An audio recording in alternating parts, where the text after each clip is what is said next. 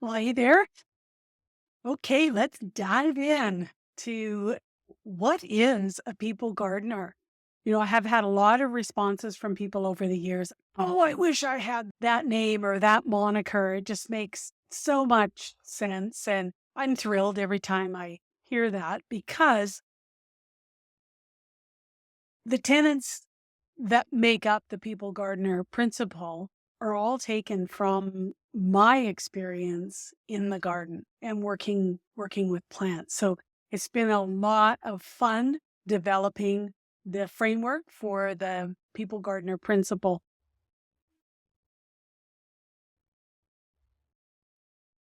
So a people gardener cares deeply.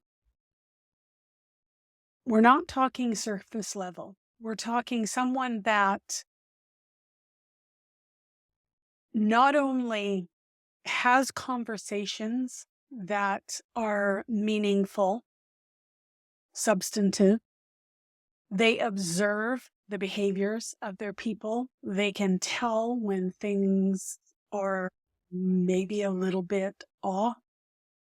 They want what's best for that person, even if it means that person needs to be promoted out of their department or that person, their job in the company isn't the best fit for them and they really need to move on. So caring is at the root. It is a foundational component of people gardening. Being interested is a prerequisite to caring. The other thing a people gardener does is believe in the growth,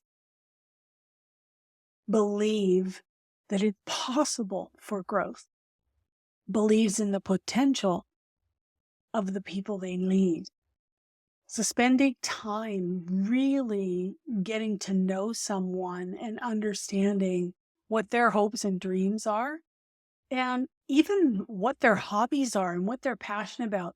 I can't tell you how many times someone who had a specific skill set in the world that I was in corporate, was able to bring their hobby passion, their hobby skill set, and use it inside the business. It just absolutely lit them up. So you may have somebody that is in one department and they have a skill set that is just completely the opposite. It's something that they do in their downtime, but they can bring it in. By knowing all of these things about your people, you are able to see the potential in them, see that the growth is possible for them. You also, as a people gardener, understand how to nurture. A large part of nurturing is really observing and understanding what it is that they need. Out in the garden, you're constantly looking. You're looking at the leaves, you're looking at the flowers, you're looking at the soil, you're checking to see what's happening. And the more often you do that, the faster you pick up on the cues from the plant, what it is that the plant needs. It's the same thing with your people. When you're constantly nurturing them and giving them what they need, they absolutely will flourish. And it's so much fun to see them blossom and to grow and to become these amazing contributors. A people gardener finds joy in helping. My husband, he laughs at me every time we come home from vacation. We're away, even if it's for 3 or 4 days.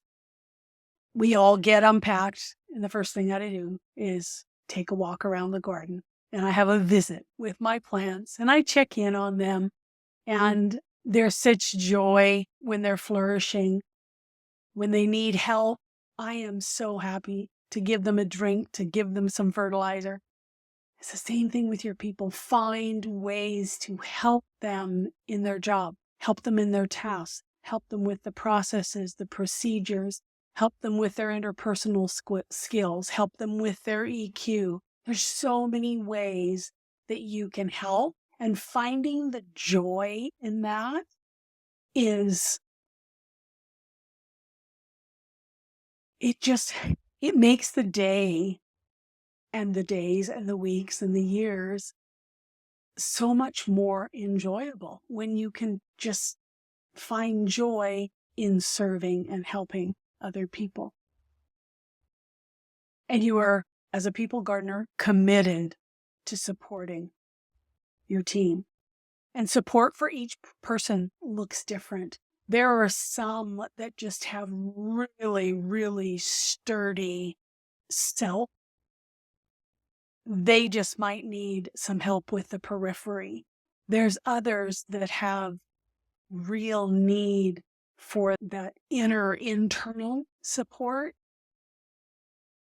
You have to spend time with each of them to understand what support looks like for each individual. And I guess that's part of the people gardening thing. As a gardener, every plant requires something different. And your job as the gardener is to make sure that you're giving the support in the way that the support is needed. Simon Sinek is one of my favorite guys on the planet. I just like the way he presents his information. This quote of his really aligns well with the people gardener. It's the true price of leadership is the willingness to place the needs of others above our own. Great leaders truly care about those they are privileged to lead and understand that the true cost of leadership privilege comes at the expense of self-interest. It's all about them. It's always been all about them. And the neat part is when you get that really clear and it's embedded inside of you, you no longer have to worry about all of the metrics that I'm going to call them the bean counters look at. They'll take care of themselves. When you have happy, engaged, empowered people, they are going to perform way beyond anything that you could expect. People gardeners transform lives.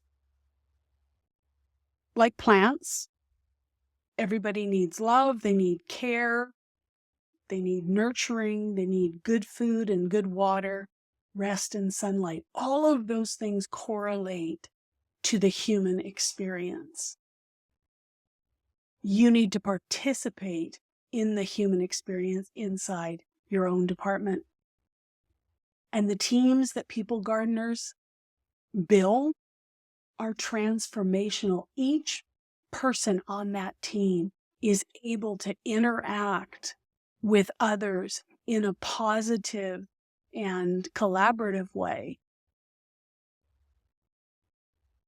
Culture, you're going to create raving fans that love their job, their company, and each other.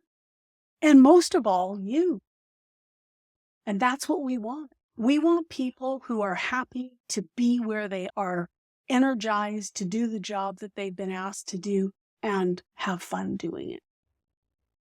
So you can do this. You absolutely can become a people gardener, and I'm here to help you along the way. So we'll see you in the first module, which is Be Interested.